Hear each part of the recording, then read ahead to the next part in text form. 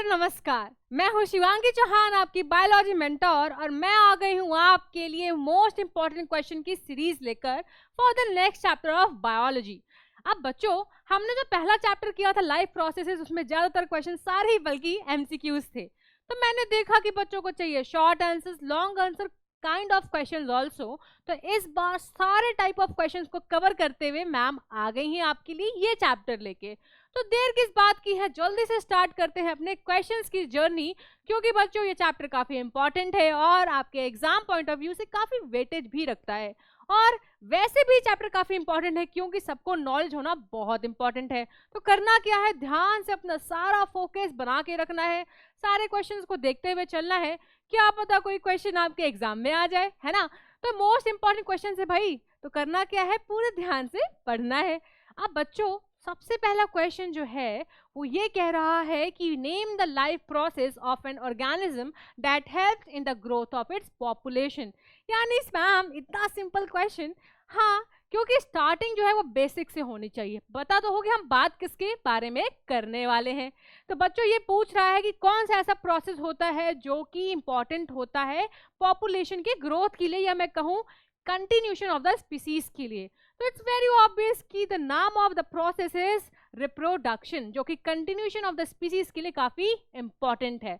बढ़ते हैं next question की तरफ। The question says what is the importance of DNA कॉपिंग in reproduction. यानी जो डीएनए कॉपिंग होता है, फॉर्मेशन ऑफ क्रोमोसोम होता है, which is a basic event of reproduction. ठीक है, यानी बहुत इंपॉर्टेंट प्रोसेस है एंड इनिशियल स्टेप है किसके लिए, रिप्रोडक्शन प्रोसेस का होने के लिए। अब जब डीएनए कॉपिंग हो रहा होता है उस टाइम पे क्या होता है, यही तो होता है कि जो पेरेंट का डीएनए है उसका कॉपी होता है ताकि वो अपना कैरेक्टर को पास ऑन कर पाए नेक्स्ट जनरेशन, यानी कि अपने ऑफस्प्रिंग में, प्रोजेनी में, अपने बच्चों में। अब बच्चे जो सिमिलर दिखते हैं पेरेंट्स से, वो कैसे दिखते हैं, बिकॉज जो ट्रेट्स हैं, जो करेक्टर्स हैं in the form of DNA, वो पास ऑन हुए हैं पेरेंट्स से बच्चे तक, और वो पॉसिबल हो पाया है डीएनए कॉपिंग की वजह से। तो हिंदी में तो काफी बोल दिया है, एग्जाम के पॉइंट ऑफ व्यू से हमें चाहिए मार्क्स, और मार्क्स के लिए चाहिए कि हमें अपने आंसर को काफी अच्छे और ब्यूटीफुल वे से फ्रेम करना चाहिए। ठीक है, अब मान लो अगर आपका क्वेश्चन आता है 2 मार्क्स में, तो बच्चों मेक श्योर कि आप 2 मार्क्स के लिए ऐसे पॉइंट्स लिखें जो बेसिक एग्जैक्ट आंसर है वो तो कवर करे ही, और साथ ही साथ पॉइंट्स में होगा तो ज्यादा क्लैरिटी आएगी टीचर को भी पढ़ने में। हमारे पॉइंट्स ये लिखे हैं कि सबसे पहला कि it is important because it maintains the characteristics of a species.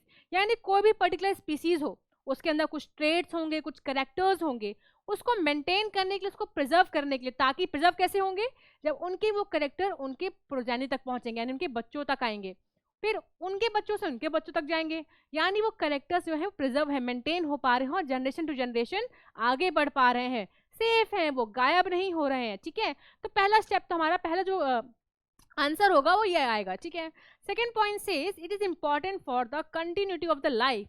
यानी वही पॉइंट कि it is important for the continuation of the species. ये नहीं होगा तो भैया हमको कोई दिखेगा ही नहीं आसपास में, रुक जाएगी लाइफ, है ना। थर्ड पॉइंट सेज कि वेरिएशन के लिए बहुत इंपॉर्टेंट है, it produces variation in organisms which is the basic evolution of new species. यानी कि हमको पता है कि सेक्सुअल रिप्रोडक्शन में क्या होता है भाई, उसमें होता है वेरिएशन आने के चांसेस।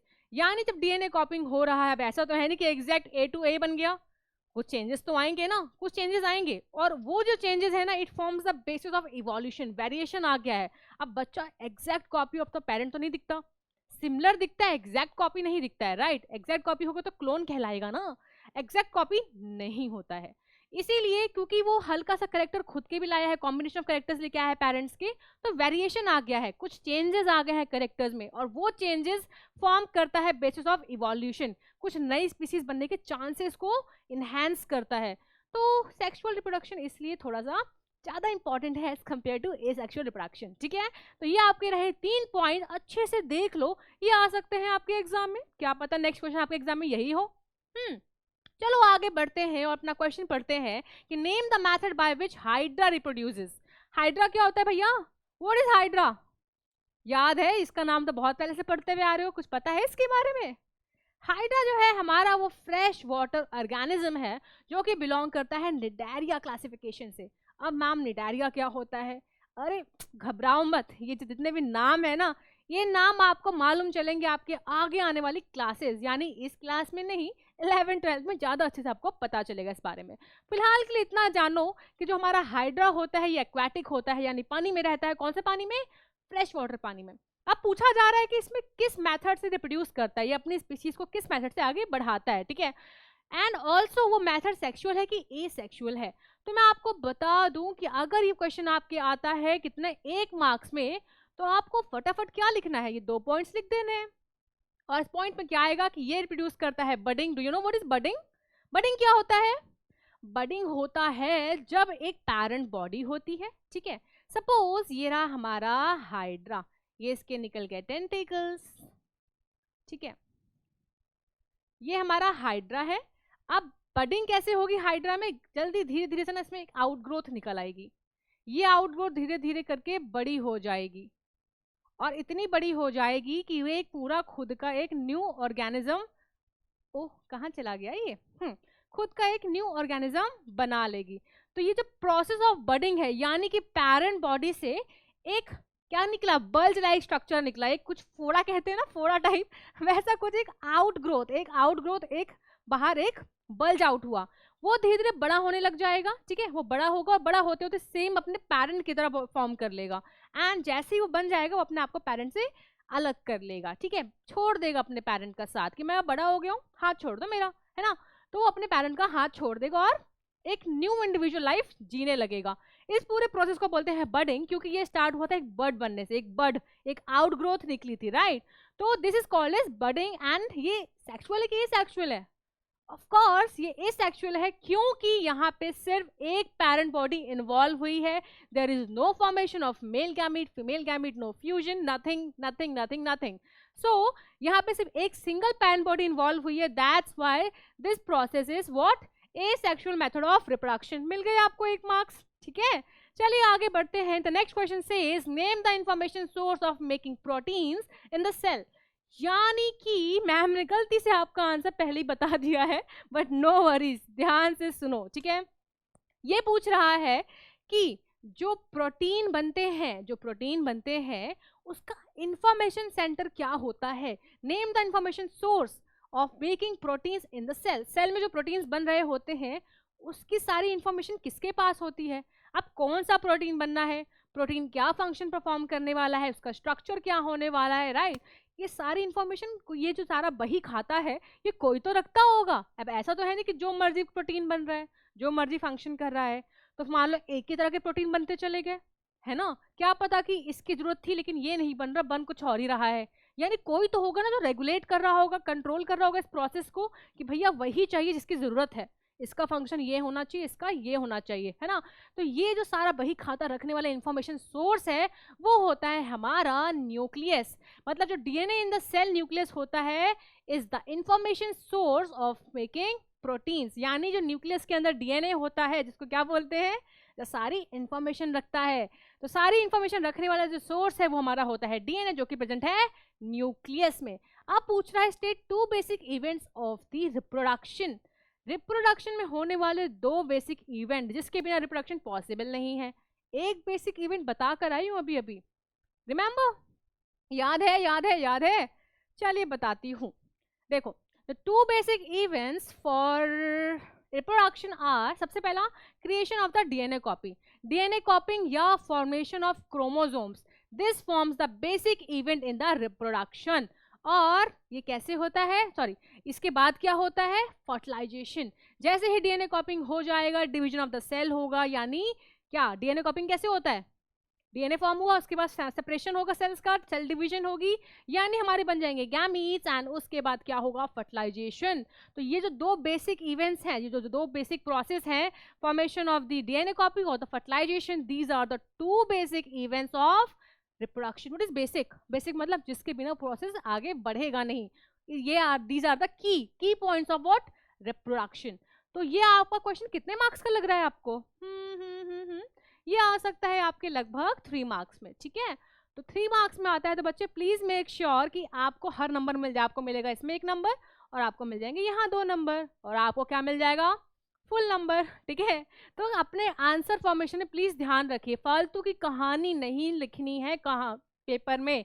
क्योंकि कोई भी टीचर इतना इंटरेस्टेड या इतना टाइम नहीं होता कि सारे क्वेश्चंस को बैठ के पढ़ेगा। उनको सिर्फ देखना है कि क्वेश्चन में पूछा क्या गया है और उनके दिमाग में क्वेश्चन छप जाता है कि अच्छा, और उनके दिमाग में आंसर भी होता है कि मुझे ये 2 पॉइंट्स दिखने चाहिए आंसर में।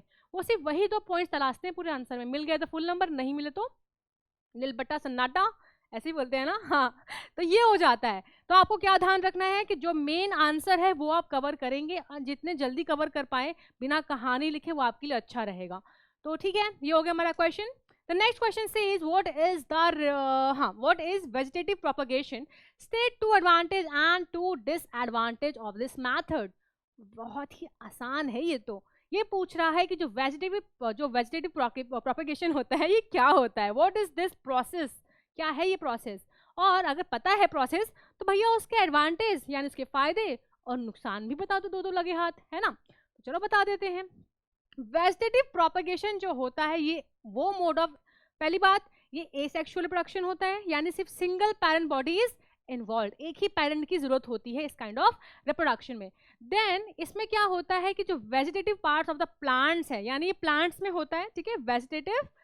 वेजिटेबल कहाँ से मिलती है, प्लांट से मिलती है। तो प्लीज डू रिमेंबर कि वेजिटेटिव प्रोपोगेशन जो है वो प्लांट्स में होता है, यानी प्लांट्स के वो पार्ट्स जो रिप्रोडक्शन में पार्ट लेते हैं, इंस्टेड ऑफ रिप्रोडक्टिव ऑर्गन्स की बात नहीं कर रही हूँ, नो फीमेल और male germ cells, no no no no, we are talking about normal vegetative parts like leave, stem, flower, इनके थ्रू अगर हो रहा है, लीव, स्टेम, बर्ड्स, रूट, इनके थ्रू अगर प्लांट की जनरेशन आगे बढ़ रही है, न्यू प्लांट की ग्रोथ हो पा रही है, तो ऐसे प्रोसेस को बोलते हैं वेजिटेटिव प्रोपेगेशन, यानी प्लांट के पार्ट्स यूज हुए हैं जैसे कि stem, root, birds and leaves for the propagation of new plant. Propagation क्या मतलब होता है, बढ़ाना, उनकी पॉपुलेशन को बढ़ाना, एक प्लांट से नया प्लांट बना है, नए प्लांट से नए प्लांट बना है, यानी उनकी पॉपुलेशन बढ़ रही है और उस पॉपुलेशन को बढ़ाने में there is role of only क्या, वेजिटेटिव पार्ट्स, जैसे कि रूट हो गए, स्टेम हो गए, लीव्स हो गए, इनका रोल हुआ है।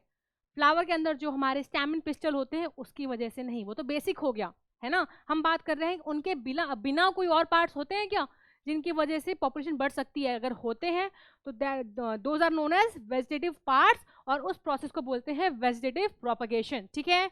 द नेक्स्ट पार्ट क्या बोल रहा है, नेक्स्ट पार्ट से पहले एग्जांपल देख लेते हैं। जैसे आपने देखा होगा पोटैटो की आईज होती हैं, पोटैटो आई है ना, देख नहीं सकते हैं, बस बोलते आई हैं, ठीक है। तो पोटैटो आई जो होती है, it forms the vegetative part of the potato. उस आई को आप लेकर अपना मतलब उस पोटैटो में आई है ना, आई जो बर्ड्स लाइक स्ट्रक्चर्स हैं, उसको मिट्टी में डालोगे तो यू विल सी कि एक नया प्लांट आ जाएगा, ठीक है। दैट्स वाई जो प्लांट्स के ऊपर से बर्ड निकली है, यानी उस बर्ड से ही एक नया प्लांट आ गया, तो वहां पे क्या हुआ, वेजिटेटिव प्रोपेगेशन हुआ, किसी प्लांट के पार्ट में से ही नया प्लांट आ गया। Same with the birds of bryophyllum. Bryophyllum एक लीव होती है, लीव के ऊपर उसके मार्जिन में कुछ नोचेस होते हैं, कुछ छोटे लीफलेट लाइक स्ट्रक्चर्स होते हैं। अगर आप उस मिट्टी को सॉइल के अंदर डाल दोगे तो उसमें से भी एक प्लांट आ जाएगा, यानी यहाँ पे जो लीफ है इट एक्ट्स एज अ क्या, वेजिटेटिव पार्ट, जिसकी वजह से एक नया प्लांट आ पाया है। चलो हमारा नेक्स्ट पार्ट बोल रहा है कि भैया लगे हाथ जल्दी जल्दी 2 एडवांटेज और 2 डिसएडवांटेज भी बता दो, क्या होते हैं फायदे, क्या होते हैं नुकसान, ठीक है। अब फायदे की अगर बात करूं तो सपोज कुछ ऐसे प्लांट जिसमें सीड्स ही नहीं होते, हम क्या जानते हैं बेसिकली कि अगर कोई प्लांट को उगाना हो, कोई प्लांट की ग्रोथ करवानी हो, तो उसका जो बीज होता है उसको मिट्टी में डाल दो तो वो आ जाता है बाहर, वी नो दिस ना। तो that is normal process of reproduction. लेकिन अगर कोई प्लांट जो है वो सीड्स को प्रोड्यूस ही नहीं कर पा रहा है, तो उसको फायदा ये होगा कि वेजिटेटिव प्रोपेगेशन के थ्रू, यानी उस प्लांट का कोई और पार्ट यूज करके, जैसे मान लो कोई रोज का फूल हो, रोज का प्लांट जो होता है उसको हम ग्रो कराने के लिए क्या करते हैं, उसकी स्टेम को काटते हैं ऑब्लिक एंड देन उसको मिट्टी में डाल देते हैं। उस स्टेम से ही क्या होता है, रूट्स आ जाती हैं और वो प्लांट नया प्लांट हो जाता है, मतलब उसके थ्रू हम प्लांट की पॉपुलेशन बढ़ा सकते हैं। तो हमने वहाँ पे सीड यूज नहीं किया है, प्लांट का पार्ट यूज किया है। सो ऐसे प्लांट जिसमें कि सीड नहीं प्रोड्यूस होती, तो उनके लिए ये मेथड बहुत काम का है। जिनमें होते हैं सीड उनमें तो होगा ही होगा, बट जिनमें नहीं होते उनके लिए तो ये क्या होगा, रामबाण हो गया भैया, अपनी पॉपुलेशन इंक्रीज करने के लिए। दूसरा एडवांटेज की काफी cheaper, easier and rapid method of asexual reproduction है, बहुत जल्दी हो जाता है, बहुत सस्ते में हो जाता है। करना क्या है, प्लांट दिख रहा है, अच्छा लग रहा है, चलो भैया इसकी डाली ले चलते हैं, या जो भी उसका पार्ट कैपेबल है नया प्लांट बनाने के लिए वो ले चलते हैं, और जल्दी हो जाता है क्योंकि पूरा प्लांट नए स्टार्टिंग से नहीं आया है ना, सो जल्दी हो जाता है। अगर मैं इसके नुकसान की बात करूं, भाई हर चीज के नुकसान भी होते हैं, दो साइड होते हैं ना सिक्के के। तो नुकसान देखो क्या क्या है, क्योंकि इसमें कोई भी सेक्सुअल प्रोडक्शन नहीं हो रहा है, no formation of gametes, no fusion, nothing else. तो नुकसान ये हो रहा है कि यहाँ पे जेनेटिक वेरिएशन नहीं आ पा रहा है, जो कि बहुत इंपॉर्टेंट होता है इवोल्यूशन के लिए।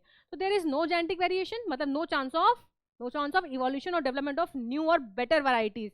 कुछ चेंज ही नहीं आएगा, जैसा पेरेंट है वैसे ही बच्चा आ रहा है, कुछ सेक्सुअल प्रोडक्शन मतलब कुछ उनका हुआ ही नहीं है, गैमीट फॉर्मेशन या फ्यूजन, तो चांसेस ऑफ वेरिएशन कम हो गए हैं। तो नई स्पीसीज मिलने के चांसेस भी कम हो गए हैं। बेटर वैरायटी मिल सकती थी हमको शायद से, वो नहीं मिलेगी अब, ऐसा कुछ। हाँ, सेकेंड इज कि vegetative propagation plants are more prone to diseases. अब सीधी सी बात है, अगर उस स्पीसीज में, उस जो प्लांट की प्लांट की हम प्रोपगेशन कर रहे हैं, जिसकी पॉपुलेशन इंक्रीज करने की कोशिश कर रहे हैं, उस पर्टिकुलर स्पीसीज में कोई डिसीज है, कोई इसको बीमारी हो रखी है, और उसी प्लांट के हमने यूज करके, उसके पार्ट को यूज कर नया प्लांट बना दिया, तो बीमारी तो फैल गई ना, नया प्लांट थोड़ी आया, वही प्लांट स्पीसीज हमने नई स्पीसीज क्रिएट करी है, तो डिसीज भी क्या कर रही है, स्प्रेड कर रही है, फैल रही है। तो ये भी एक नुकसान है। ठीक है, अब हमने काफी बातें कर ली है, इसको कितने नंबर देंगे? 1 पॉइंट ये, हाँ ठीक है, इसको भी 3 मार्क्स देंगे हम। ठीक है, ये भी आपको 3 मार्क्स में पूछा जा सकता है। चलो, next question is, in female fertilisation of ovum takes place in. Female में जो फर्टिलाइजेशन होती है वो कहाँ होती है? वो होती है वेजाइना में, ओवरी में, यूट्रस में, की फैलोपियन ट्यूब में। तो यू नो वेरी वेल कि ये होती है ओविडक्ट यानी कि फैलोपियन ट्यूब में। और आपको उसका स्पेसिफिक नाम पता है क्या, कि किस जंक्शन में, किस रीजन में पर्टिकुलरली होती है, पता है क्या? सोचो सोचो सोचो सोचो, क्या लगता है आपको कि कहाँ होती है? जल्दी सोचो जल्दी सोचो जल्दी सोचो एंड आंसर दो। तो मैं आपको अगर बताऊं कि जो ये होती है, ये होती है एम्पुलरी स्टमक जंक्शन में, स्टमक जंक्शन में, यानी कि एम्पुलरी स्टमक जंक्शन, यानी ये पर्टिकुलर वो रीजन है जहां पे फर्टिलाइजेशन होता है।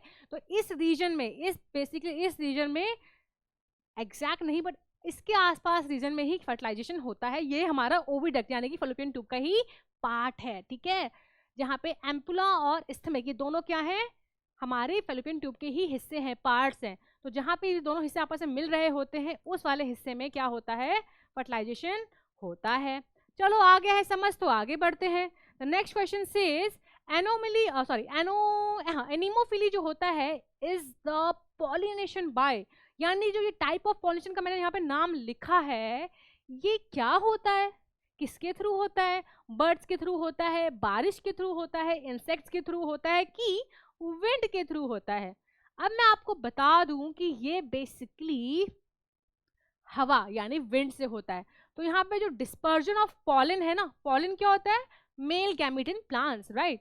तो जो पॉलन होता है उसका डिस्पर्जन, उसको क्या करना है, उसको ट्रांसफर कराना है ना, उसको पहुंचाना है ना उसकी जगह तक। तो उस प्रोसेस में पॉलिनेशन क्या होता है, यू नो ना, transfer of pollen grain to where it reaches stamen, and stamen पहुंच के वो पॉलन ट्यूब ग्रो करती है और पहुंच जाती है फीमेल जर्म सेल तक। यानी पूरा पॉलिनेशन होने के लिए ट्रांसफर जरूरी है। और पॉलीग्रेन तो मोटाइल होते नहीं है, वो तो वहीं बैठे रहेंगे जहाँ पे आए हैं हमारे एंथर जी के पास, तो उनको लेके आना पड़ेगा ना स्टैमेन तक। तो वो होता है पॉलिनेशन। और यहाँ पे जो एनिमोफिली है, यानी ऐसे प्लांट जिसमें पॉलन ग्रेन का जो ट्रांसफर है वो विंड करा रही है, उसको बोलते हैं एनिमोफिली। और ज्यादातर ये होता है जिम्नोस्पर्म्स, जो हमारे जिम्नोस्पर्म्स होते हैं ना, उस तरह के प्लांट्स में ज्यादा देखा जाता है एनिमोफिली। ठीक है, लिख देती हूँ आपके लिए, जिम्नोस्पर्म्स। तो ये जो टाइप ऑफ प्लांट्स हैं इनमें ज्यादा पाया जाता है anemophily type of pollination. The next question says, which among the following disease is sexually transmitted, यानी जो हमारा ये डिसीज है, यहाँ जो ऑप्शन दे रखे हैं इन्होंने इतने सारे, इसमें से कौन सा डिसीज है जो कि सेक्सुअली, एसटीडी है, सेक्सुअली ट्रांसमिटेड डिसीज, एसटीडीज सुना है ना नाम, एसटीडीज। तो इनमें से कौन सा है जो एसटीडीज है? ठीक है, साइफिलिस, हाँ इसका तो नाम सुना है अपनी एनसीईआरटी में, तो साइफिलिस तो है। हेपेटाइटिस और एचआईवी वायरस जो होता है जो कि एड्स फैलाता है, और गोनोरिया। कौन सा लग रहा है अटपटासा? मैम हमें लग रहा है क्या, हेपेटाइटिस। तो ये जो हमारा बी ऑप्शन है दैट इज कि it is not transmitted sexually. Okay, so okay, ठीक है, आगे बढ़ते हैं। The next question says give 2 examples each of IUCDs and STD। यानी जो हमारा याद है इंट्रा यूट्रीन कॉन्ट्रासेप्टिव डिवाइसेस जो होते हैं, जो हमारे यूट्रस में प्लेस किए जाते हैं by the help of experience doctors. तो IUCDs के एग्जांपल पूछ रहा है और पूछ रहा है सेक्सुअली ट्रांसमिटेड डिसीज के एग्जांपल्स। तो ठीक है भाई, इससे पहले ये जान लेते हैं IUCDs क्या होता है। यू नो ना, कॉन्ट्रासेप्टिव डिवाइस है ये। यानी अगर कपल डिसाइड करता है कि दे do not need baby any more, यानी अब उनको कंसेप्शन नहीं करना है, बच्चा नहीं चाहिए, तो वो फॉलो करते हैं कंट्रासेप्शन का, मतलब उनको कंट्रासेप्शन प्रोसेस फॉलो करते हैं to avoid any chances of pregnancy. तो उसमें से एक कुछ होता है IUCDs, that is intrauterine contraceptive devices. ये जो डिवाइसेस होते हैं इसमें आते हैं क्या, इसमें आते हैं कुछ प्लास्टिक या कॉपर के एलिमेंट्स या डिवाइसेस आते हैं जो कि आपके यूट्रस में प्लेस किया जाता है, आपके फीमेल रिप्रोडक्टिव पार्ट में प्लेस किया जाता है। सो एज टू क्यों करते हैं, ताकि यूट्रस जो है वहाँ का जो इन्वायरमेंट है, जो कि एक एज अ वूम सर्व करता है बच्चे की डेवलपमेंट, मतलब बच्चा जब डेवलप कर रहा होता है उसके लिए एक प्रॉपर इन्वायरमेंट देती है ना फीमेल की बॉडी, उस इन्वायरमेंट को खराब कर देता है। यानी इम्प्लांटेशन ना हो पाए ऐसे वहाँ पे कंडीशंस क्रिएट कर देता है कि इम्प्लांटेशन ही नहीं होगा तो बच्चा ग्रो कैसे करेगा। तो सीधी सी बात है, इम्प्लांटेशन के प्रोसेस को अफेक्ट कर देता है IUCDs। ठीक है, ये इसका रोल होता है। एग्जाम्पल्स भी पढ़ लेते हैं, लगा हाथ। एग्जाम्पल्स है हमारा copper T and Lippes loop. So these are the examples for what? These are the example for IUCD. तो इंट्रायूट्रीन कंट्रासेप्टिव डिवाइसेस के दो एग्जांपल हो गए। कॉपर टी क्या होते हैं, कॉपर आयंस रिलीज करते हैं जिससे वही अगेन जो हमारा यूट्रस होता है उसकी जो इम्प्लांटेशन कैपेबिलिटी उसको लो कर देता है। तो वहाँ पे इम्प्लांटेशन जो होता है वो सक्सेसफुल नहीं हो पाता और बच्चा ग्रो नहीं करता और मर जाता है ना। तो इस वजह से क्या हुआ, कंट्रासेप्शन हुआ, यानी प्रेगनेंसी कंटिन्यू नहीं होगी, प्रेगनेंसी नहीं होगी। इसी तरह हमारा एक लिपीज लूप भी होता है। बात करूं सेक्सुअली ट्रांसमिटेड डिसीज की, ऐसे डिसीज जो सेक्सुअल एक्टिविटीज की वजह से फैलती है, तो इसके एग्जांपल्स क्या होंगे, gonorrhoea and AIDS. What is aid, acquired immuno deficiency syndrome. Okay, चलो आगे बढ़ते हैं। तो क्वेश्चन से is the ability of a plant cell to give rise to whole plant is called as. यानी अगर प्लांट सेल, सिर्फ कुछ प्लांट के सेल्स हैं जो पूरे के अगर उनको कल्चर किया जाए, उनको सही इन्वायरमेंट से रखा जाए, तो वो पूरे के पूरे प्लांट को बनाने की कैपेबिलिटी रखते हैं, पूरी प्लांट को ग्रो करवाने की कैपेबिलिटी रखते हैं। और इस एबिलिटी का नाम पूछा जा रहा है बस। तो अगर आपने नाम पढ़ा हो तो इसका नाम होता है टोटीपोटेंसी। ये आपके 1 मार्क्स में आएगा, ठीक है, 1 मार्क्स में पूछा जाएगा। तो आप बढ़िया सा आंसर फ्रेम करके लिख दो। और बच्चों शॉर्टकट मत मारा करो एग्जाम में।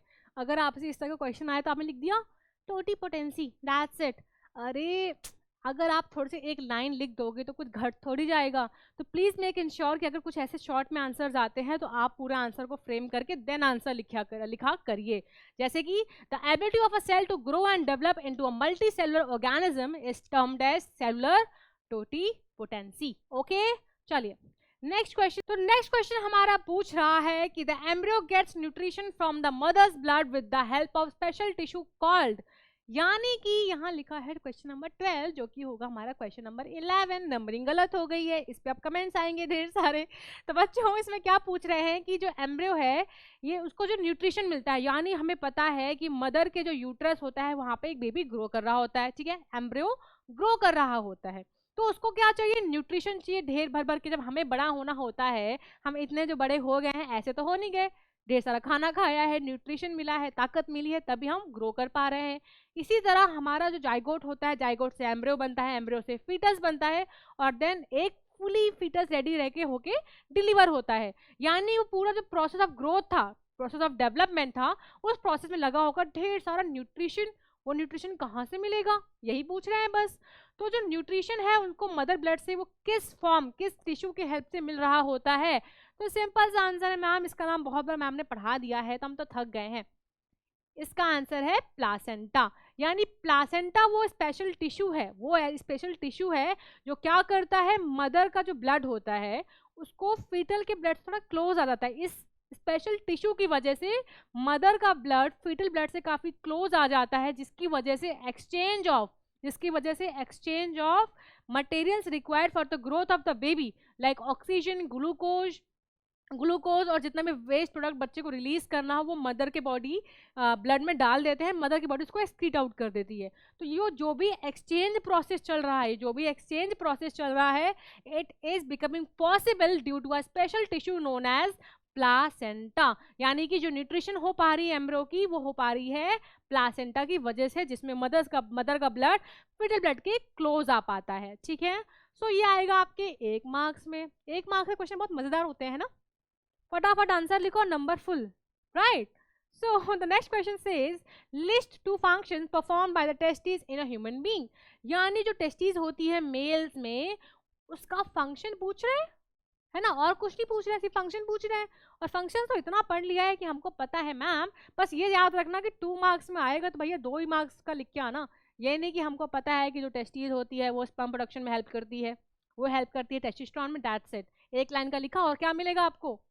अच्छा टीचर वो तो दे देगा आराम से आपको फुल मार्क्स, क्योंकि आपने दोनों पॉइंट्स कवर कर लिए हैं, बट आई विल सजेस्ट कि आपको अपने आंसर हमेशा पॉइंट्स में फ्रेम करने हैं, ताकि जो टीचर जो इन्वेलिडेट कर रहा है आपके पेपर को, उनको समझ में आए कि बच्चे को सब आता है और इसने मेहनत करी है। ठीक है, तो the 2 functions of the testis are, पहला to produce the male sex cells that is gametes called sperms. यानी जो स्पर्म का प्रोडक्शन है वो टेस्टिस में होता है, very well known. Then to secrete the male sex hormone, जिसको बोलते हैं टेस्टोस्टेरोन। तो जो हमारा टेस्टोस्टेरोन होता है, जो कि हमारा मेल सेक्स हार्मोन होता है, जो कि रिस्पॉन्सिबल होता है secondary sexual changes in male, यानी एडोलसेंट एज में मेल में जो भी चेंजेस आते हैं उन सब चेंजेस के लिए रिस्पॉन्सिबल होता है, उस हार्मोन का नाम क्या है, टेस्टोस्टेरोन। तो ये जो 2 फंक्शंस हैं, these are the 2 main functions of testis. आगे बढ़ते हैं, the question says what could be the reason for adopting contraceptive methods. यानी जो कपल्स चूज करते हैं कंट्रासेप्टिव मेथड्स के क्या रीजन हो सकते हैं, क्या कारण हो सकते हैं फॉर अडॉप्टिंग कंट्रासेप्टिव डिवाइसेस। तो मैं आपको बता दूं कि अगर ये आता है 2 मार्क्स में भी या 3 मार्क्स में भी, तो आपको अपना आंसर ऐसे फ्रेम कर लेना है। आपको क्या लिखना है कि ये जो मेथड्स है मेनली अडॉप्ट किए जाते हैं क्योंकि अगर जो कपल है they do not want any kind of pregnancy, to prevent unwanted pregnancy, तो ये यूज कर लेंगे। Second is to control population rise and birth rate. अगर उनको लग रहा है भैया पॉपुलेशन बहुत बढ़ रही है, तो हम ही जिम्मेदार नागरिक की तरह कंट्रोल करते हैं पॉपुलेशन को, तो वो क्या करेंगे, कंट्रासेप्टिव डिवाइस वाला मेथड अडॉप्ट कर लेंगे। कंट्रासेप्टिव डिवाइस नहीं, कंट्रासेप्टिव मेथड्स यूज कर लेंगे। ठीक, तो third is to prevent the transfer of sexually transmitted diseases. अगर उनको पता है कि भैया जो सेक्सुअली ट्रांसमिटेड डिसीजेज हैं वो फैल सकती हैं, है ना, तो उसको बचाने के लिए भी वो क्या यूज करेंगे, contraceptive devices. Do you no कि कौन सा contraceptive method is successfully using, है ना, कौन सा कंट्रासेप्शन जो मेथड है उसको सक्सेसफुली यूज किया जा रहा है for controlling this STD. Do you no, पता है आप लोगों को कौन सा मेथड यूज किया जा रहा है? कमेंट करके बताइएगा। चलो, the next question says right 2 differences between binary fission and multi fission in the tabular form. ये क्वेश्चन बड़ा फेमस है, पहले बता दूं आपको। अगर आता है कि जो मल्टीपल फिशन है एंड बाइनरी फिशन है उसको टेबुलर फॉर्म में डिफरेंसेस स्टेट करो, तो बाइनरी फिशन भी नो कि क्या होता है, 1 से 2 होना, यानी जब एक पेरेंट बॉडी जो होती है वो डिवाइड करके कॉपीज 2 कॉपी बनाती है, that is called binary fission. 2 बच्चे 2 डॉटर सेल्स उससे आई हैं। लेकिन अगर पेरेंट बॉडी डिवाइड करती है to produce more than 2 daughter cells, then it is known as what, multiple fission. और ये बेसिकली ज्यादातर अनफेवरेबल कंडीशंस में होता है, अनफेवरेबल कंडीशंस में होता है। तो जल्दी से डिफरेंसेस देख लेते हैं। द डिफरेंसेस स्टेट्स दैट, पहला कि बाइनरी फिशन में क्या होता है कि जो ऑर्गेनिज्म है वो डिवाइड करता है 2 सिमिलर ऑर्गेनिजम्स में, यानी 2 डॉटर सेल्स बन रही हैं। ठीक है, the second says it generally occurs in favourable conditions. Yes, normally मतलब जो नॉर्मली होता है फेवरेबल कंडीशंस में विदाउट एनी एक्सेप्शन, तो इसमें क्या होता है, बाइनरी फिशन। तो फेवरेबल कंडीशंस में बाइनरी फिशन होता है। द थर्ड इज एग्जांपल में amoeba and paramecium. You know the amoeba is a single क्या, यूनिसेलुलर बॉडी। तो एक बॉडी डिवाइड करके 2 बना लेती है, यानी जो पेरेंट बॉडी है वो अपनी एग्जिस्टेंस खो देती है, पेरेंट बॉडी ने ही डिवाइड करके 2 डॉटर सेल्स दे दिए। टॉकिंग अबाउट मल्टीपल फिशन, तो इसमें क्या होता है, जो ऑर्गेनिज्म होता है इट प्रोड्यूसेस 2 और मोर ऑर्गेनिजम्स, दो से ज्यादा डॉटर सेल्स प्रोड्यूस करता है। Second point is it can take place in unfavourable conditions too, यानी कि नॉर्मली भी किसी किसी ऑर्गेनिज्म में मल्टीपल फिशन होता है जिसमें उनकी बॉडी नेचुरली डिजाइंड होती है कि एक से multiple copies, multiple daughter cell देने में, लेकिन अनफेवरेबल कंडीशंस में भी ऐसा होता है। ठीक है, ऐसा होता है कि अगर मैं बात करूं जो मलेरियल पैरासाइट है, do you no Plasmodium, Plasmodium is a malarial parasite. जो प्लाज्मोडियम होता है उसमें क्या होता है, अनफेवरेबल कंडीशंस में जो बॉडी होती है वो क्या डिवाइड करती जाती है और एक शेल के अंदर पैक होकर डॉटर सेल्स प्रोड्यूस करती जाती है, और फाइनली फेवरेबल कंडीशंस आने में वो शेल ब्रेक होता है और सारी डॉटर सेल्स एक बार में बाहर आ जाती हैं। तो ऐसा होता है हमारा प्लाज्मोडियम के केस में। क्या, प्लाज्मोडियम। ओके बच्चों, तो यहाँ पे आपको मिल जाएंगे पूरे 3 नंबर। आगे बढ़ते हैं और the next question says why is DNA कॉपिंग an essential part of the process of reproduction. I think हमने क्वेश्चन कर लिया है, डीएनए कॉपिंग क्यों एसेंशियल होता है, हमने किया है ना ये। ओके ओके ओके ओके, नहीं किया है हमने, तो अभी कर लेते हैं हम। इसमें पूछ रहे हैं कि जो डीएनए कॉपिंग होता है which is a very important process, जिसके बिना ये हमें पढ़ाना कि it is a basic event of reproduction. Basic event होता है हमारा रिप्रोडक्शन का, इसके बिना रिप्रोडक्शन क्या ही होगा, जब कैरेक्टर्स ही जो हमारे क्रोमोसोम्स है वही नहीं फॉर्म होंगे, वही जेनेटिक इन्फॉर्मेशन पेरेंट्स से लेके बच्चे तक नहीं आएंगे, डीएनए कॉपी ही नहीं होगा, तो रिप्रोडक्शन कैसे होगा। सो इसके इंपॉर्टेंस पूछी हुई, तो सबसे पहले हम बता देंगे कि डीएनए कॉपी को बोलते हैं डीएनए रेप्लिकेशन। पहले तो उनको बता दो कि हमें पता है कि डीएनए कॉपिंग मतलब होता है डीएनए रेप्लिकेशन, और फिर उनको ये बता दो कि इस प्रोसेस में क्या होता है कि क्या होता है, 1 copy of each replicated DNA will be pass to daughter cells, यानी कि जो रेप्लिकेटेड कॉपी बनी है वो बनी ही इसीलिए है कि वो उसको जो हमारे डॉटर सेल्स है वहां पहुंचेगी, यानी कि वो कॉपी को बनने का जो मकसद है वो यही है कि पेरेंट सेल से डॉटर यानी जो प्रोजेनी जो बच्चा है वो है ना उस तक इंफॉर्मेशन पास हो पाए। दैट्स व्हाई वो कॉपी क्रिएट हुई है, ताकि वो कॉपी पास ऑन हो जाए, पहुंच जाए कहाँ तक, डॉटर सेल तक पहुंच जाए। ठीक, अब क्या है कि इसकी इंपॉर्टेंस पूछी गई है बेसिकली, तो इंपॉर्टेंस इसकी इसमें जेनेटिक इन्फॉर्मेशन होती है जो पेरेंट्स टू देयर ऑफस्प्रिंग आती है, कि डीएनए कॉपी हो ही इसी रहा है ताकि जो पेरेंट के करेक्टर्स हैं, जो पेरेंट के जो ट्रेट्स हैं वो पास हो पाए, जो जेनेटिक इन्फॉर्मेशन है वो पास हो पाए उनके ऑफस्प्रिंग तक, उनके बच्चे तक पहुंच पाए। सिंपल है, यू नो ना कैसे होता है ये प्रोसेस, पता है ना कि जब डीएनए कॉपी करते हैं तो उसमें क्या होता है, रेप्लिकेशन होता है DNA material of the parent का, और वो इसलिए हो रहा है कि जब डुप्लीकेट कॉपी हो जाएगी, जब एक सेल में डुप्लीकेशन हो जाएगा जेनेटिक मटेरियल का, तो वो सेल डिवाइड करेगा और दोनों ही सेल में आधा आधा जेनेटिक मटेरियल जो है वो आ जाएगा, यानी कि एक क्या बन जाएगा, गैमीट बन जाएगा। हमने पढ़ा है इस बारे में कि जो गैमीट होता है उसमें half the number of chromosome होते हैं, यानी कि डीएनए रेप्लिकेशन में प्लीज डू रिमेंबर, ये बहुत इंपॉर्टेंट है कि डीएनए रेप्लिकेशन के टाइम पे there is no doubling of chromosomes. Chromosomes पहले भी 46 थे, अभी भी 46 रहेंगे, सिर्फ जेनेटिक इन्फॉर्मेशन कॉपी हुई है, जेनेटिक इन्फॉर्मेशन कॉपी हुई है। जैसे ही डीएनए रेप्लिकेशन यानी कि डीएनए कॉपी हो जाएगा, यानी कि हमारे जो अब सेल है उसके अंदर रेप्लिकेटेड डीएनए है, वो सेल डिवाइड करेगा, 23 क्रोमोसोम्स इधर 23 क्रोमोसोम्स इधर, यानी हमारा गैमीट बन चुका है with the half number of chromosomes. अब ये जो गैमीट है ये जाके फ्यूज करेगा अपने अपोजिट, यानी कि अगर मेल का बना है तो फीमेल से जाके फ्यूज कर जाएगा, और फीमेल वाला गैमीट भी सेम प्रोसेस से बना है, उसके अंदर भी 23 क्रोमोसोम्स हैं। जब वो 23 क्रोमोसोम्स वाला फीमेल गैमीट आएगा, मेल गैमीट 23 क्रोमोसोम्स के साथ फ्यूज करेगा, तो क्या बनेगा, तो बनेगा जाइगोट, यानी वो बच्चा जिसमें पेरेंट का कैरेक्टर भी है यानी मदर का कैरेक्टर भी है और फादर का कैरेक्टर भी है, यानी कॉम्बिनेशन ऑफ कैरेक्टर्स। अब डिपेंड करेगा कि पेरेंट की फादर का कैरेक्टर शो होने वाला है कि मदर का, ये कंबाइन वाला। दैट्स व्हाई वेरिएशन के चांसेस बढ़ गए हैं, एक किसी और इंडिविजुअल से कैरेक्टर आया है, एक किसी और से, दो का मिलके कुछ नया बन रहा है, तो वेरिएशन होने के चांसेस बढ़ गए हैं।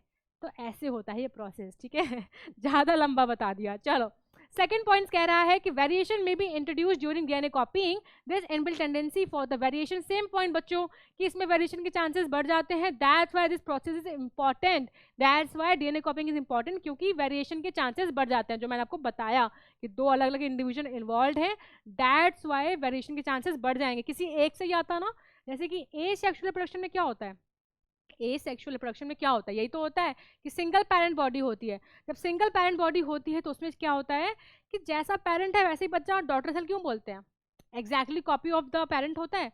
जो हमारा बडिंग होता है, जो हमारा फिशन होता है सॉरी, तो उसमें यही तो होता है कि एग्जैक्टली पेरेंट की तरह ही डॉटर सेल बन जाता है, नो वेरिएशन। सिंगल पेरेंट है भैया, चांस ही कहाँ है ना, किसकी तरह दिखेंगे, तो पेरेंट ही एक है तो। लेकिन सेक्सुअल प्रोडक्शन में 2 इंडिविजुअल इन्वॉल्व है, मेल एंड फीमेल, इसीलिए वेरिएशन के चांसेस बढ़ जाते हैं, क्योंकि करेक्टर 2 जगह से आ रहे हैं, उसमें से कौन सा शो होता है कौन सा नहीं शो हो पाता है, डोमिनेंट रिसेसिव कुछ बोलते हैं, आगे क्लास में पढ़ना उसको, अभी नहीं बता रही हो ना, कंफ्यूज हो जाओगे। बस इसीलिए वेरिएशन के चांसेस बढ़ जाते हैं। बढ़ते हैं जल्दी जल्दी नेक्स्ट क्वेश्चन की तरफ, बहुत लेट कर रहे हैं हम लोग, है ना। तो the next question says potato plant shows vegetative propagation by which part, यानी जो भी हमने पढ़ा था ना कि पोटैटो में होती है आई ऑफ द पोटैटो, तो जो आई ऑफ द पोटैटो होती है वी नो कि वो बर्ड्स होती हैं और वो होती हैं वेजिटेटिव पार्ट। अगर पूछते कि पोटैटो का वेजिटेटिव पार्ट कौन सा होता है तो आप लिख देते eye of the potato, that is birds. लेकिन यहाँ पूछा हुआ है कि जो पोटैटो है ये वेजिटेटिव प्रोपगेशन शो करती है कौन से पार्ट से, विच पार्ट, वेजिटेटिव पार्ट नहीं पूछा है, प्लांट का पार्ट पूछा है। तो यू नो पता है ना कि जो पोटैटो होता है वो कौन सी मॉडिफिकेशन होता है, पढ़ा होगा ना इतना तो, या भूल गए। देखो जो पोटैटो होता है वो हमारा स्टेम मॉडिफिकेशन होता है, यानी जो हमारा पोटैटो है it is a stem tuber, इसको बोलते हैं स्टेम ट्यूबर। अब स्टेम ट्यूबर क्यों बोलते हैं, क्योंकि बच्चे बेसिकली क्या होता है कि जो अंडरग्राउंड मिट्टी के अंदर वाली जो स्टेम होती है ना वो थोड़ा सा मॉडिफाई हो जाती है और उसमें फूड स्टोर करने लग जाती है। एक मॉडिफिकेशन मतलब अपना थोड़ा सा करेक्टर क्या होता है, स्टेम का ट्रांसपोर्टेशन होता है, लेकिन अपना करेक्टर को छोड़ के जो अंडरग्राउंड वाली स्टेम है वो एक नया फंक्शन परफॉर्म करने लग जाती है, that is called storage of food. यानी जो फूड लीव्स में बन रहा था वो उस फूड को स्टोर करने लग जाती है और फूल जाती है, और फूलने के बाद उसको बोलते हैं ट्यूबर, यानी बना लेती है पोटैटो। तो बेसिकली क्या हुआ, वो स्टेम की ही मॉडिफिकेशन है, लेकिन स्टेम भी ऊपर वाला नहीं मिट्टी का, मिट्टी के नीचे वाला stem, underground stem, that's why potato is known as stem tuber. Tuber word इसीलिए यूज किया गया कि नॉर्मल स्टेम नहीं, स्टेम अंडरग्राउंड स्टेम, और वो ट्यूबर लाइक स्ट्रक्चर बना लेती है, फूल जाती है खाना खा खा के,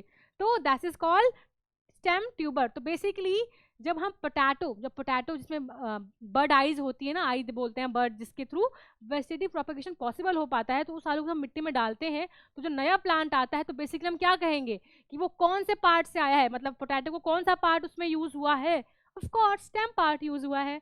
सो प्लीज कंफ्यूज मत होना कि इसमें हमारा बर्ड वाला क्यों नहीं दे रखा ऑप्शंस में, है ना। तो ये है डिफरेंस।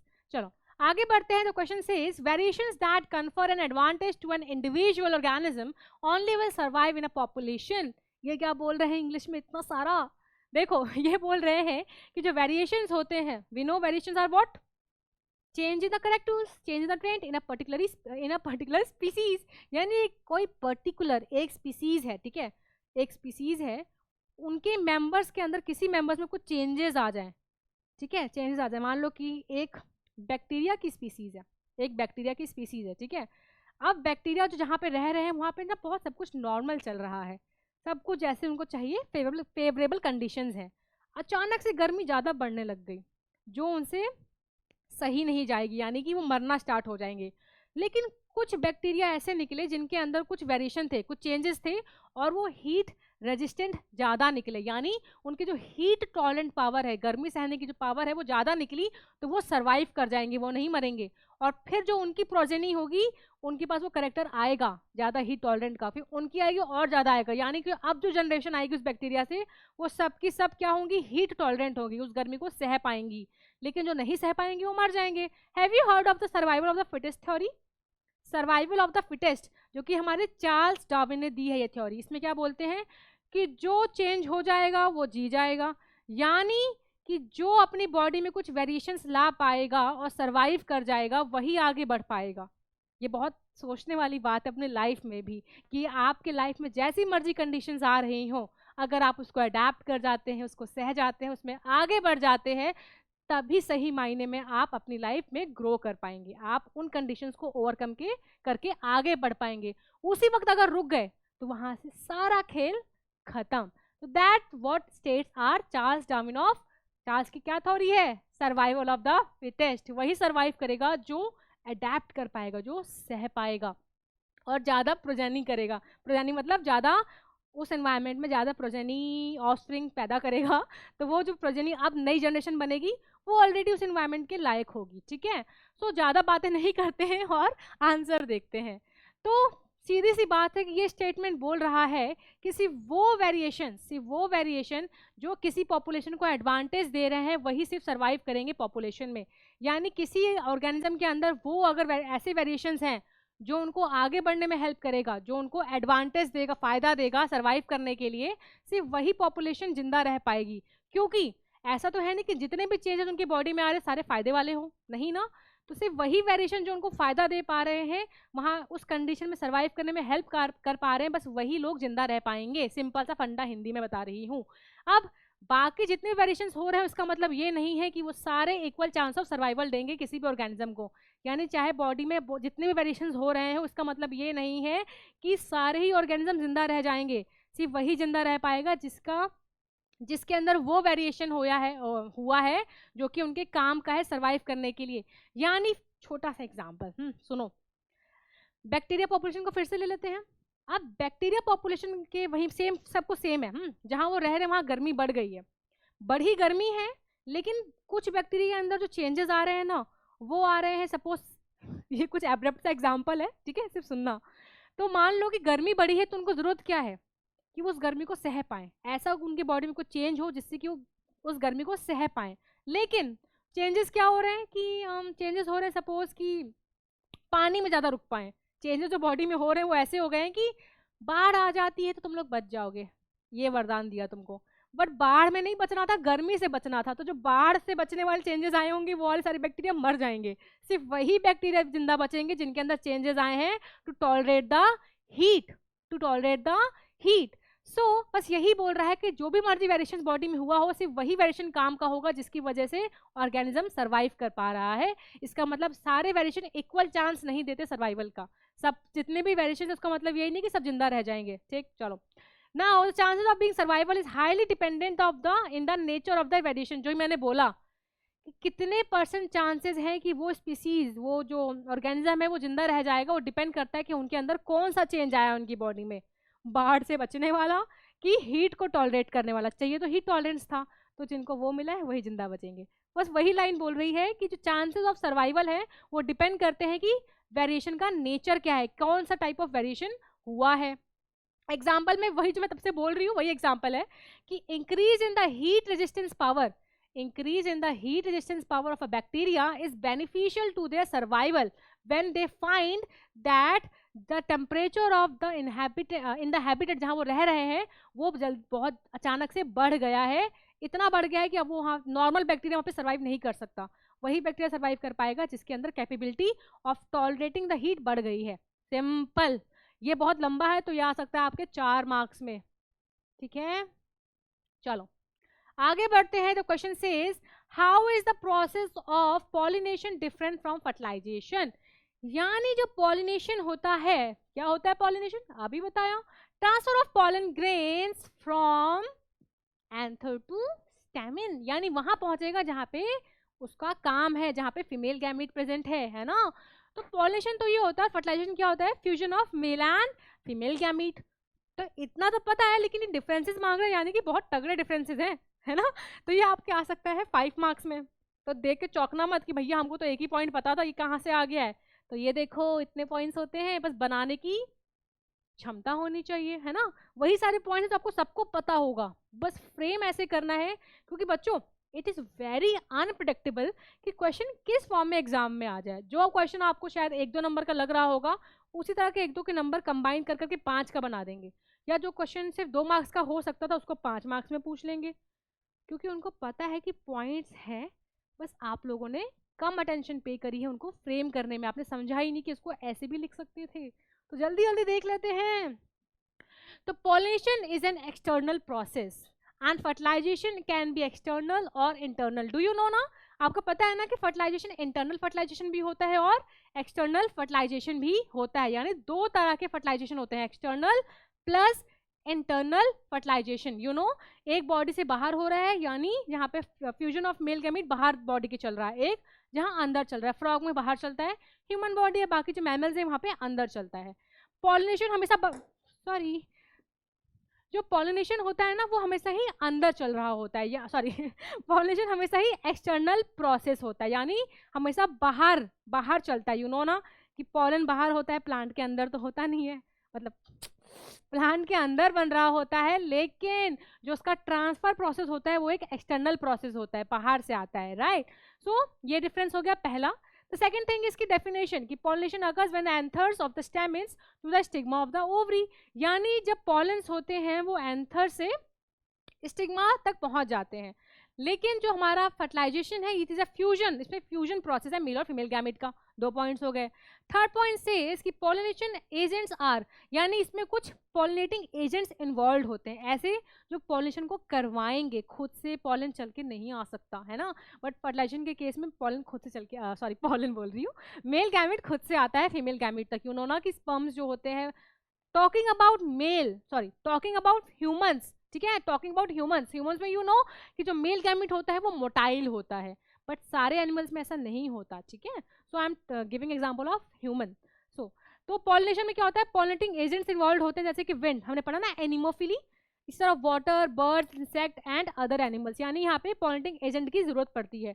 लेकिन in case of fertilisation pollen यहाँ पे क्या होता है कि यहाँ पे सिंपल सा कुछ नहीं है, यहाँ पॉलन ग्रेन जैसे ही लैंड करेगा, जैसे ही ओके यहाँ पे थोड़ी सी गड़बड़ी हो गई है, जस्ट अ सेकेंड, यहाँ पे गलती से लिख दिया है मैंने पॉलिनेशन के बारे में, fertilisation takes place by growing pollen tube, ये गलत है, ये गलत है, गलत है, गलत है।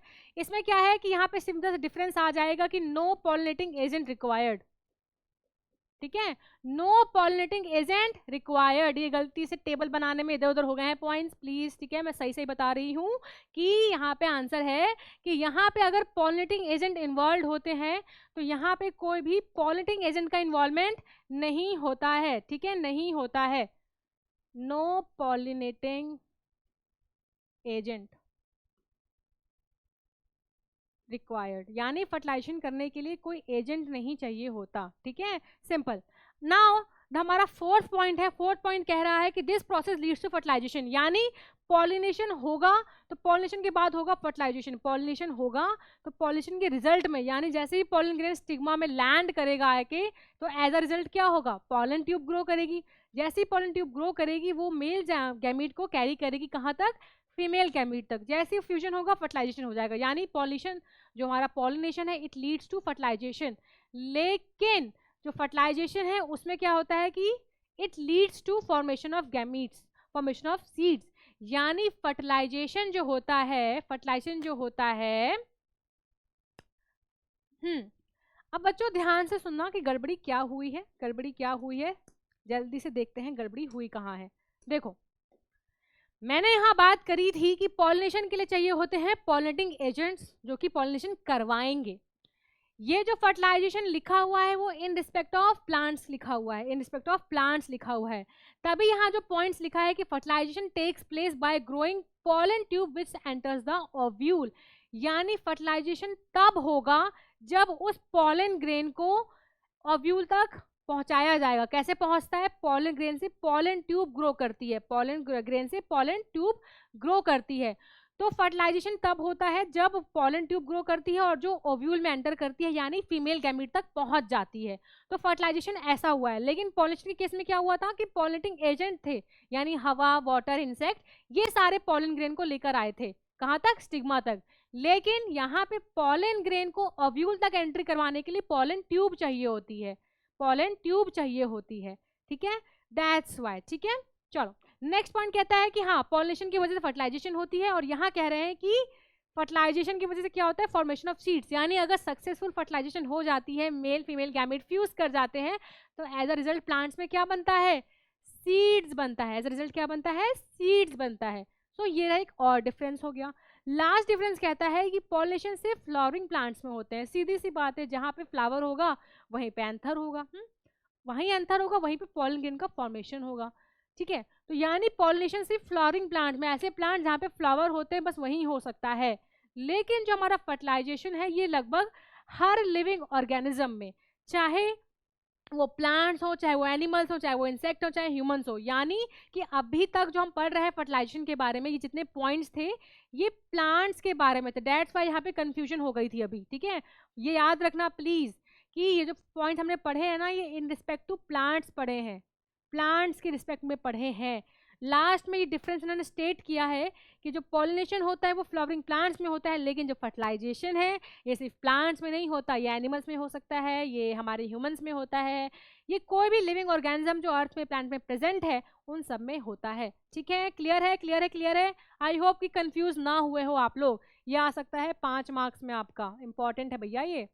और कंफ्यूजन तो नहीं होगी, आई होप अब नहीं होगी, कि पॉलिनेशन और fertilisation in respect to plants देख रहे थे, और लास्ट पॉइंट में क्लियर कर दिया गया है कि ये सिर्फ होता है फ्लावरिंग प्लांट्स में, लेकिन फर्टिलाइजेशन होता है हर लिविंग ऑर्गेनिज्म में जो कि प्लांट में प्रेजेंट है, जो सांस ले रहा है। ठीक है, चलो आगे बढ़ते हैं। The next question says how does the embryo gets nourishment inside the mother's body.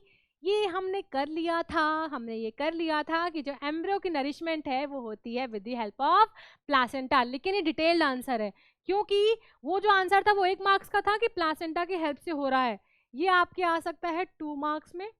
और इसमें हमने एग्जैक्टली एक्सप्लेन किया है कि प्लासेंटा कैसे हेल्प करता है नरिशमेंट में, कैसे हेल्प करता है। मदर की बॉडी में जो एम्ब्रियो होता है उसको न्यूट्रिशन मिलता है from the mother's blood through a special structure called placenta. Placenta क्या करता है, प्लासेंटा में होती हैं कुछ विलाय, फिंगर लाइक प्रोजेक्शंस, ठीक है, फिंगर लाइक प्रोजेक्शंस होती हैं जो कि उसका सरफेस एरिया बढ़ाती हैं, और सरफेस एरिया बढ़ाने से क्या हो जाता है कि जो ट्रांसफर है, जो एक्सचेंज प्रोसेस है किसका, ग्लूकोज का, ऑक्सीजन का, अदर सब्सटेंसेस का from the mother's blood to the baby या एम्ब्रियो के ब्लड, वो इजी हो जाता है क्योंकि सरफेस एरिया इंक्रीज हो गया विलाई की वजह से, तो जो एक्सचेंज प्रोसेस है वो आराम से हो पाता है। तो यहाँ पे रोल ऑफ प्लासेंटा भी मेंशन है, अगर सपोज ये क्वेश्चन पूछते हैं 2 मार्क्स में। आगे बढ़ते हैं, तो question says if a woman is using a copper T, अगर एक वुमेन कॉपर टी यूज कर रही है, कॉपर टी क्या था, आईयूसीडी, याद है, आईयूसीडी था भैया, याद रखना। तो copper T is basically IUCD, will it help in protecting her from sexually transmitted diseases. देखा, याद है मैंने ये क्वेश्चन क्यों छोड़ा था वहां पे, कि जल्दी जल्दी बताओ कि कौन सा मेथड ऑफ कॉन्ट्रासेप्शन है जो कि एसटीडी को कंट्रोल करने में हेल्प करता है। इसका आंसर तो यहाँ मिल जाएगा, बट उससे पहले सवाल पूछा गया है कि जो कॉपर टी है क्या ये हेल्प करता है, क्या कॉपर टी हेल्प करता है क्या in protecting from the IUCD, sorry in protecting from the STD, करता है क्या। देखो, जो कॉपर टी है ये कंट्रासेप्टिव मेथड है, पता है, लेकिन आंसर ऐसे ही फ्रेम होता है, मुझे पता है आपने बहुत बार पढ़ लिया है, बट यहाँ पे मैं आपको आंसर फ्रेम करना सिखा रही हूँ कि अगर आपके एग्जाम में क्वेश्चन आता है तो आपको कैसे फ्रेम करना है। दैट्स वाई यहाँ पे मैंने वो पूरी कहानी लिख के बताई है, ठीक है। तो कॉपर टी एक कंट्रासेप्टिव मेथड है जो प्रिवेंट करता है इम्प्लांटेशन, जो मैंने बता दिया है कि इम्प्लांटेशन प्रिवेंट करता है, जिससे कि क्या होता है, जाइगोट जो होता है वो अपने आप को अटैच नहीं कर पाता यूट्रस से, ठीक।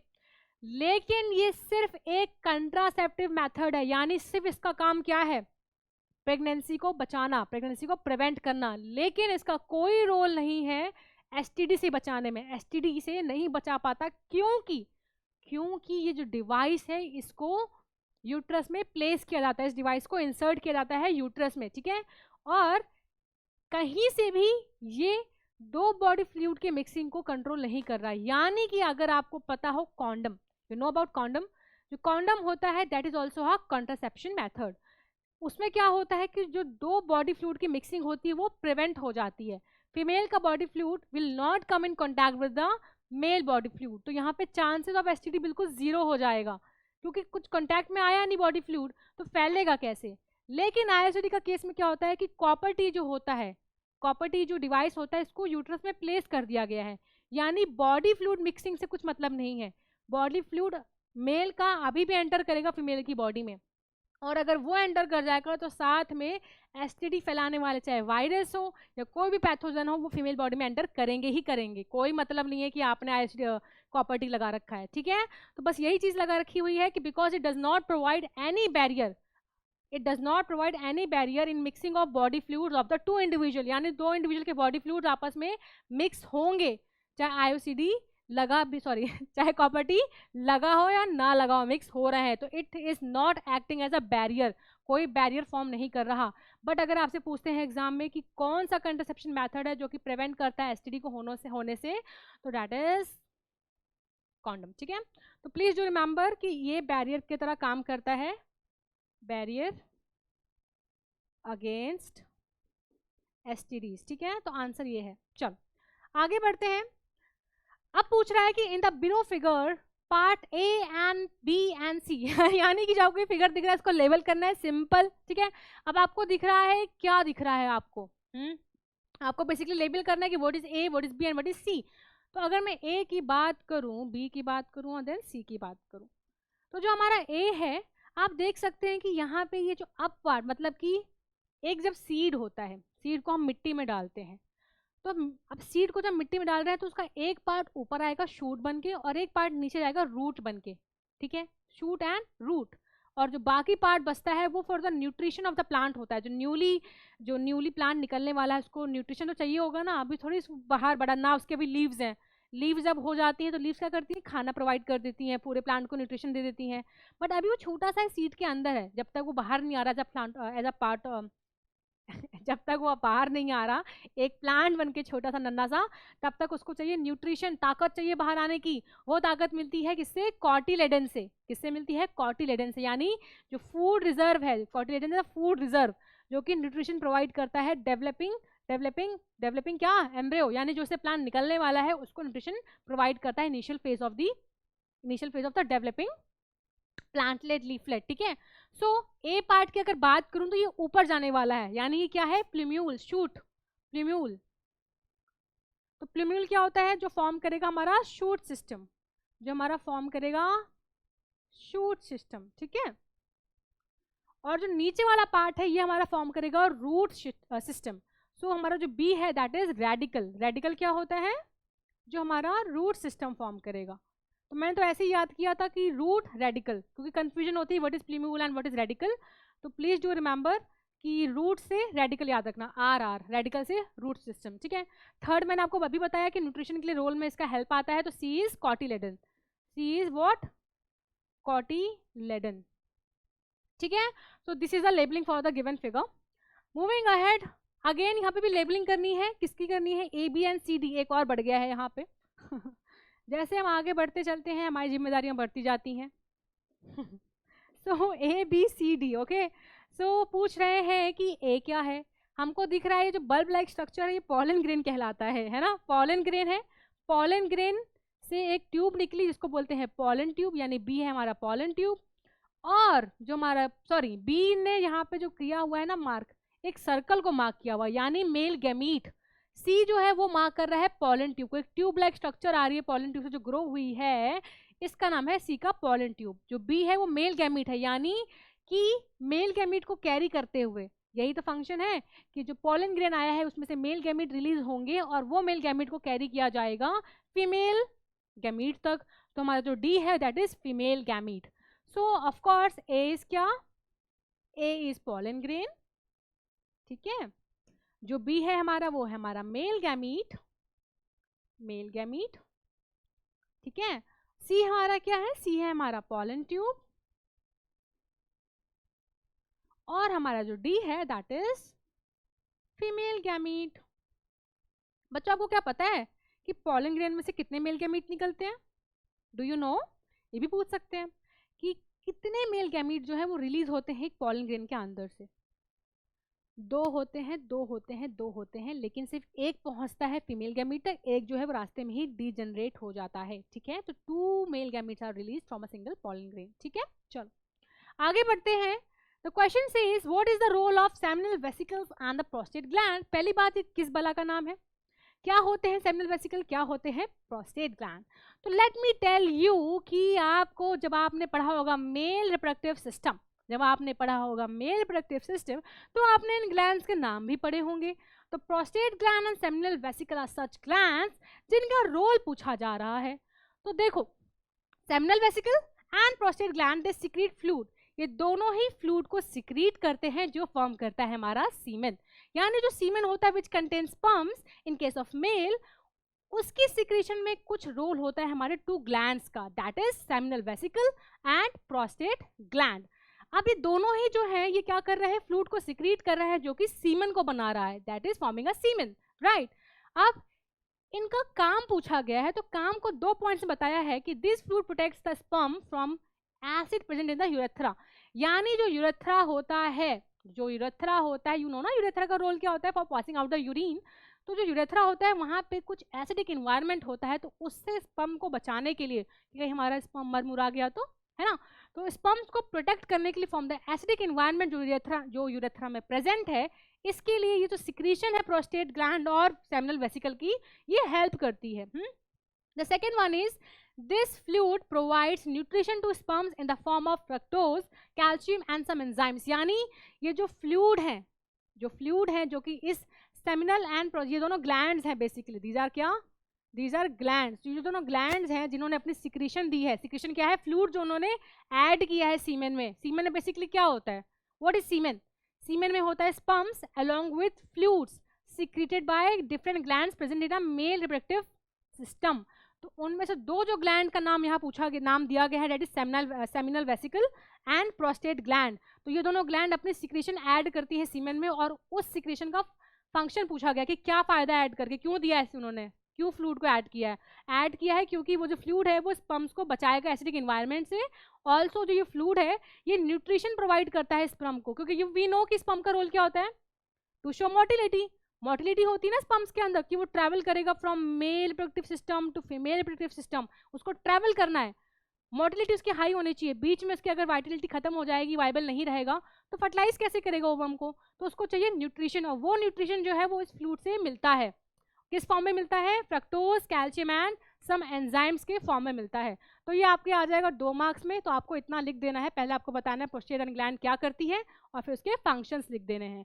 सो आपको मिल जाएंगे फुल नंबर। आगे बढ़ते हैं। The question says AIDS is a deadly disease which is caused by, यानी जो एड्स होता है, क्या होता है AIDS, acquired immuno deficiency syndrome. तो जो एड्स होता है ये किसकी वजह से होता है, यानी what is a causative agent for AIDS. तो आपने नाम सुना होगा एक महाशय का जिनका नाम है HIV। तो ह्यूमन आगे बताओ, ह्यूमन बताओ, जल्दी आगे बताओ, जल्दी बताओ देखो जो हमारा एड्स होता है it is caused by human immuno deficiency virus. तो जो हमारा HIV है, जो हमारा ह्यूमन इम्यूनो वायरस, जो ह्यूमन इम्यूनो डेफिशिएंसी जो वायरस है, जो हमारा HIV है, ये फैलाता है हमारे एड्स को। ठीक है, डेडली वायरस है, डेडली वायरस, क्योंकि हमारा एड्स ही डेडली है। चलो, the question says a small proportion of oviduct of a women is removed, यानी कि अगर एक फीमेल बॉडी में, एक फीमेल में अगर उसका थोड़ा सा पोर्शन ऑफ ओविडक्ट को रिमूव किया जाए with the help of a surgical operation and जो एंड्स हैं उनको जोड़ दिया जाए, इस प्रोसेस को क्या बोलते हैं, यानी जो फेलोपियन ट्यूब होता है, पहले तो उसको काटा और फिर दोनों एंड्स जब अलग अलग हो गए तो उनको बांध दिया, अलग कर दिया आपस में, तो इस प्रोसेस को क्या बोलते हैं, ट्यूबेक्टोमी, कॉपर्टी, वेसेक्टोमी या diaphragm. What is the answer, what is the answer, तो आंसर क्या है, what is the answer, tubectomy, copper T, vasectomy या diaphragm, diaphragm. The answer is tubectomy. यानी जो फीमेल की ओविडक्ट्स हैं जो हेल्प करती हैं, क्या किसमें हेल्प कर रही थी वो, ट्रांसफर ऑफ ओवम में, यानी ओवरी से जो एग रिलीज हुआ है उसको फेलोपियन ट्यूब से कैरी करके यूट्रस तक लेके आ रही थी। फेलोपियन ट्यूब का रास्ता ही ब्लॉक कर दिया, उसे कट कर दिया, यानी ट्रांसफर ऑफ ओवम रुक गया, ओवम नीचे नहीं आएगा उस कट वाले पार्ट से नीचे, यानी यहाँ पे ओवम का ट्रांसफर रोक दिया गया, उसकी एंट्री को ब्लॉक कर दिया गया है। जब उसकी एंट्री ब्लॉक हो जाएगी तो यानी जो स्पर्म है वो भी ओवम तक नहीं पहुंच पाएगा। अल्टीमेटली क्या होगा, फर्टिलाइजेशन नहीं हो पाएगी, कंसेप्शन नहीं हो पाएगा, कॉन्ट्रासेप्शन जो है वो, यानी कंसेप्शन जो है, प्रेगनेंसी जो है वो नहीं हो पाएगी, क्योंकि उनके पाथ को ब्लॉक कर दिया गया है by cutting the tubes of what, fallopian tubes. तो फेलोपियन ट्यूब्स को काट दिया गया है, कट करके उसको जोड़ दिया गया है, तो यानी उसका जो पासेस था वो ब्लॉक कर दिया गया है, तो ट्रांसफर ऑफ गैमेट्स रुक जाएगा, जिसकी वजह से क्या होगा, परमानेंट इलाज हो जाएगा। कि अब ये परमानेंट प्रोसीजर होता है बच्चों, this is a permanent procedure, जिसकी वजह से आगे कभी भी वो प्रेगनेंसी को मतलब यानी कंसीव नहीं कर सकते। ठीक है, चलिए आगे बढ़ते हैं। The next question says what are the advantages of asexual reproduction, यानी जो एसेक्सुअल रिप्रोडक्शन होता है, जो एसेक्सुअल रिप्रोडक्शन होता है वो उसके एडवांटेज क्या होते हैं, क्या फायदा होता है। सेक्सुअल रिप्रोडक्शन को तो बहुत पढ़ लिया कि हमें उससे वेरिएशन मिलता है, चांसेस ऑफ इवोल्यूशन होते हैं, लेकिन जो हमारा एसेक्सुअल रिप्रोडक्शन होता है इसके क्या एडवांटेजेस होते हैं। तो लेट मी टेल यू कि जो हमारा एसेक्सुअल रिप्रोडक्शन है ये बहुत रैपिड होता है, बहुत जल्दी हो जाता है। जल्दी क्यों होता है? क्योंकि यहाँ पे ना तो कोई फॉर्मेशन ऑफ गैमीट्स हो रहा है, ना तो फ्यूजन ऑफ गैमीट्स हो रहा है। जब दोनों ही प्रोसेस रुके हुए हैं तो इसकी वजह से जो एसेक्सुअल रिप्रोडक्शन है ये काफी रैपिड हो जाता है, बहुत जल्दी हो जाता है, ठीक है, as compare to sexual reproduction जिसमें बहुत तामझाम होता है। पहले गैमीट्स बनेंगे, फिर उनका फ्यूजन होगा, यानी बहुत ही लंबा प्रोसेस।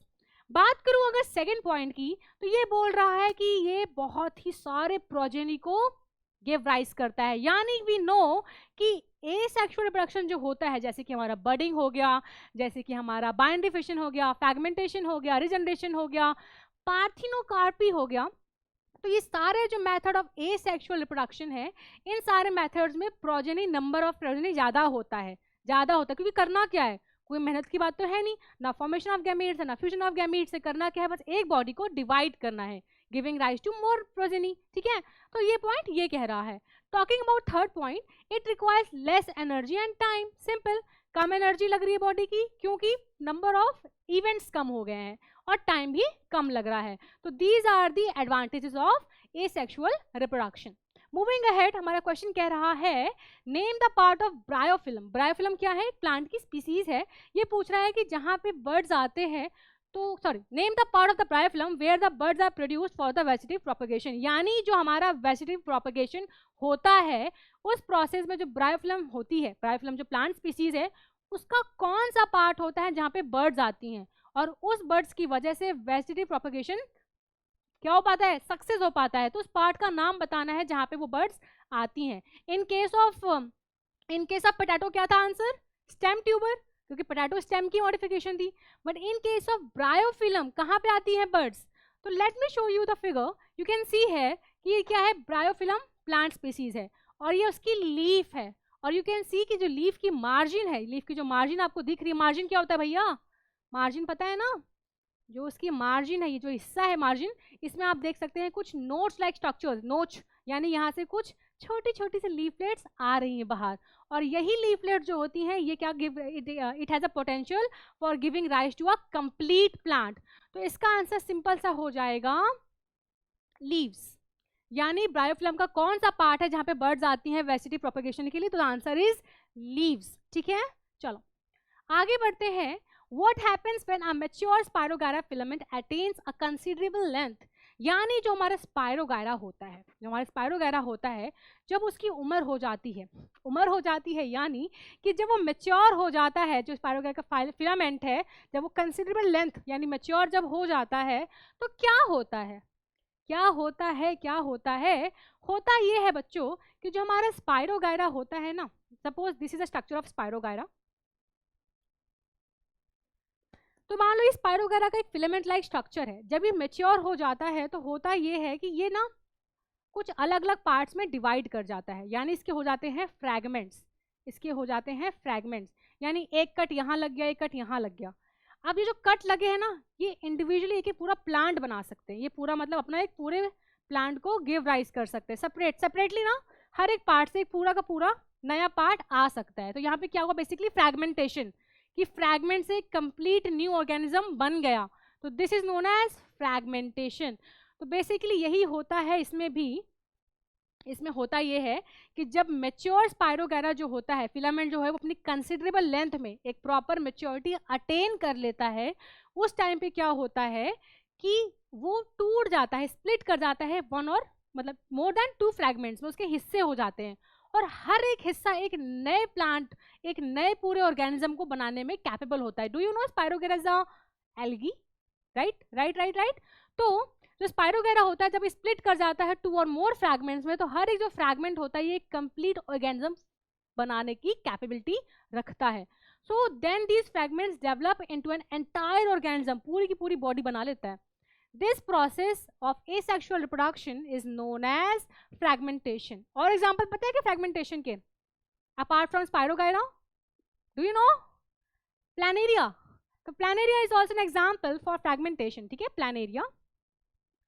तो जो हमारा Planaria होता है, this is also an example for fragmentation. ठीक है, आगे बढ़ते हैं और ये हमारा बोनस क्वेश्चन है. ठीक है, ये हमारा बोनस क्वेश्चन है, लास्ट क्वेश्चन है.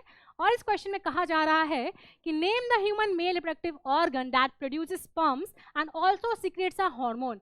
यानी मेल रिप्रोडक्टिव सिस्टम का वो पार्ट का नाम बताओ जो कि क्या कर रहा है, जो कि स्पर्म्स यानी कि जो मेल गैमीट है उसको प्रोड्यूस कर रहा है, साथ ही साथ एक हार्मोन भी सिक्रीट कर रहा है. फॉर एन हिंट, उस हार्मोन को बोलते हैं मेल सेक्स हार्मोन. ठीक है, अभी बताया था उसके बारे में.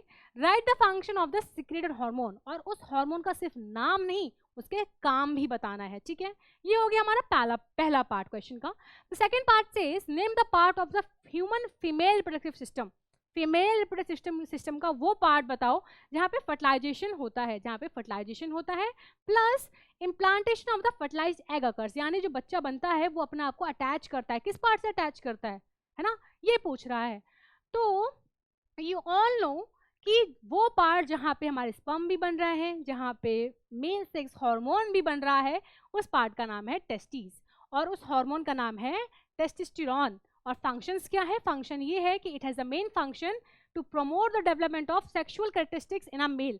यानी एडोलसेंस एज में जो मेल में चेंजेस आते हैं, जितने भी चेंजेस आते हैं एक एडोलसेंट एज में पहुंचकर मेल के अंदर, वो सारे किसकी वजह से हो पाते हैं, टेस्टोस्टेरोन की वजह से हो पाते हैं. This is a mail sex hormone. ठीक है, दूसरा फंक्शन ये है कि ये स्पर्म प्रोडक्शन को कंट्रोल करता है. यानी यू नो कि स्पर्म का जो फॉर्मेशन है वो टेस्टिस के अंदर चलता है.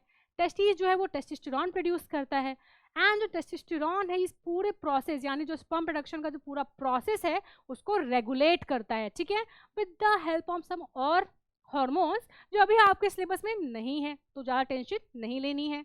सेकेंड वाज कि कौन सा पार्ट है जहाँ पे फर्टिलाइजेशन होता है फीमेल में. तो मैंने आपको उसका नाम भी बताया था, फेलोपियन ट्यूब तो ठीक है, बट वो जंक्शन जहाँ पे फर्टिलाइजेशन होता है उसका नाम है एम्पुलरी इस्थेमिक जंक्शन. ठीक है, अभी लिखा था कुछ टाइम पहले. तो ये हो गया इसका आंसर. सेकेंड पार्ट वाज कि कौन से पार्ट में अटैच करता है बेबी अपने आप को फॉर द फर्दर डेवलपमेंट. तो दैट इज यूट्रस. यूट्रस वो पार्ट है जहाँ पे बेबी अपने आप को अटैच करता है, इम्प्लांटेशन होता है फॉर द फर्दर डेवलपमेंट. जिसके बाद प्लासेंटा आता है, एक्सचेंज ऑफ मटेरियल्स चलता है मदर ब्लड में एंड फीटल ब्लड में. तो काफ़ी चीज़ें होती हैं. सो इसके साथ आपकी जो क्वेश्चंस की जर्नी है वो फिनिश होती है. बस करना क्या है, अच्छे से इसको सुन लो, रिवाइज कर लो, समझ लो, और मिलते हैं अपने नेक्स्ट क्वेश्चन की सीरीज में. तब तक के लिए टाटा, बाय बाय.